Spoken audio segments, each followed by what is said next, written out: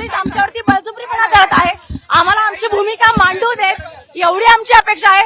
माननीय महाराष्ट्राच्या गृहमंत्र्यांना सवाल आहे की हेच महाराष्ट्राचं राजकारण आहे का? अशा पद्धतीने तुम्ही आमचा आवाज दाबू शकत नाही.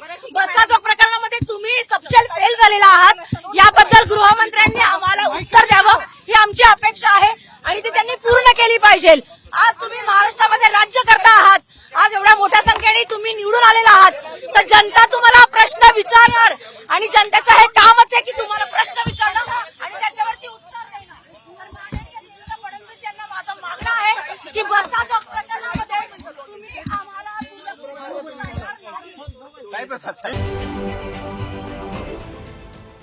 देश विदेशातील प्रत्येक घडामोडींचे लाईव्ह अपडेट मिळवण्यासाठी आता साम टीव्हीच्या सर्व सोशल मीडिया प्लॅटफॉर्मला लाईक, फॉलो आणि सबस्क्राईब करा.